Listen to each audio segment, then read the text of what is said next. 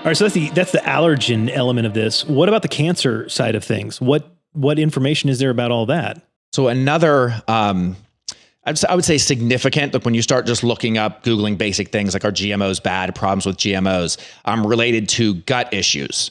There is a specific bacteria, again, a bacteria found in soil that functions as an insecticide. It's a different one, but it's a Bacillus thuringiensis, okay? So in the 90s... It's one of my favorites. Yeah, in the 90s, potatoes, corn, and soy were all kind of in large scale genetically engineered to produce this protein, natural insecticide. So what's occurring naturally, the soil has this protein in it. It's limiting to some extent, this bacteria in it, it's limiting to some extent these given insects. Sure. Well, now they figured, okay, so if we can get the crop itself to produce this, so now the crop itself is producing this now is in the end product, not just in the soil it's come into contact with. Right.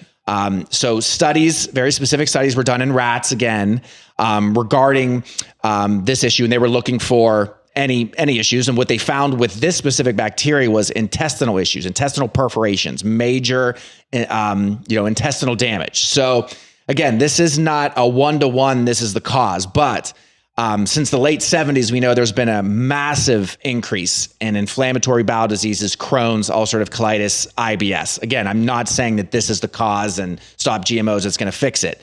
But because we're exposed to so many other things, right? Environmentally, pesticides, stress and anxiety rates, processed diets that we're now all eating versus 80s and late 70s. So it's like so many of these things, multifactorial. So if you're an individual dealing with some of these bowel issues, again, I'm not saying that this is your answer, but it can be a piece to the puzzle for you. Because again, around the time these things were coming on board in large scale, has been a significant increase in these diseases that, again, may be a contributing factor, especially because the crops that I named, again, this wasn't, tomatoes and broccoli. Like, yeah, we all eat, we eat some tomatoes and broccoli. Right.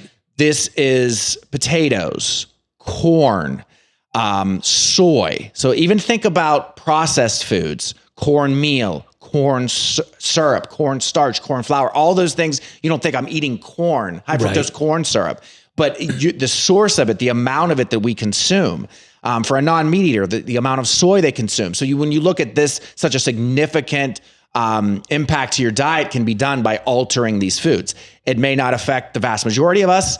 It may not affect us at all, for all we know, for sure. But there's, again, a similar theme here. There's definitely plenty of smoke that this can be a contributing factor, given what they saw in the rats, given around this time what we have seen increase. Again, just potentially a piece of the puzzle for you as you're trying to make your individual decisions. Lots of correlation, lots of smoke around these sorts of issues. So, and the other thing I have to touch on is cancer risk. That is something that, from what I found, I could not find a study that I was comfortable with that really showed that there was an increased cancer risk. That said, what a lot of the conclusions kind of added, and which is absolutely true, is when you're dealing with something like cancer, and maybe you're talking about not something that's, so clearly going to cause the issue soon. Right. You're dealing with something that you're getting these subtle amounts of these proteins that aren't normally in corn, et cetera. Right. So when you're dealing with something like that, these studies need to be done much longer term. And even though these GMOs have been around since the 90s, we still don't have long-term studies comparing. And then even at that, whenever you do get them, there's so many other factors. The people who are eating GMO foods are just more likely eating corn byproducts. They're not maybe eating whole fruits, whole vegetables. So you've got this kind of confluence of things that complicates this so much. If you're on the side that, hey, I know these things are bad and I saw this study and I believe this one, that's fine again.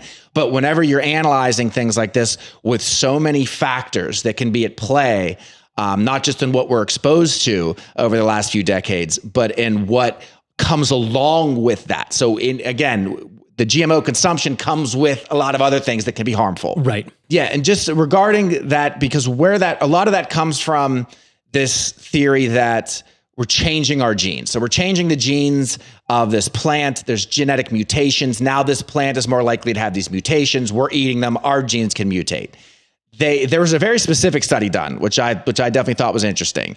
They isolated the protein that was produced by the GMO potato. So it was the one that was meant to be produced. It was the one that was genetically modified to produce. Yep. They gave the rat this potato daily. Okay, multiple rats.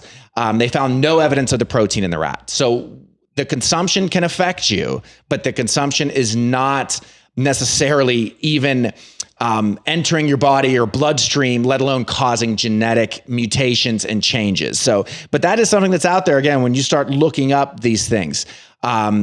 Again, these GMO products produce given proteins, okay? And they've analyzed that those proteins are not, they're passed and that they're not consumed from the standpoint of that it would cause those effects in you. That makes sense. I mean, these companies are trying to make profit, but they're not trying to kill the people that are buying their product. True. And again, back to the whole, cancer evidence is going to need to be decades long. I was gonna say, yeah. So even at that, there may be no intention, but it still could be an outcome. But there's no evidence that the genetic modification of that substance that you then consume is even found in your bloodstream out there to have this effect, let alone causing any changes in our genes. So long term, 20 years, 50 years, 100 years from now, this may be one of those questions that is fully answered, yes, totally fleshed out, and we can confidently say, those were fine, these were not, or horrible idea from start to finish, or you guys freaked out over nothing, it was totally fine. Wasn't relax. that crazy they were allowed to do that back in the 2020? Exactly. That's where my mind goes with it too. But not today. But not today. We can't say that today. Yeah.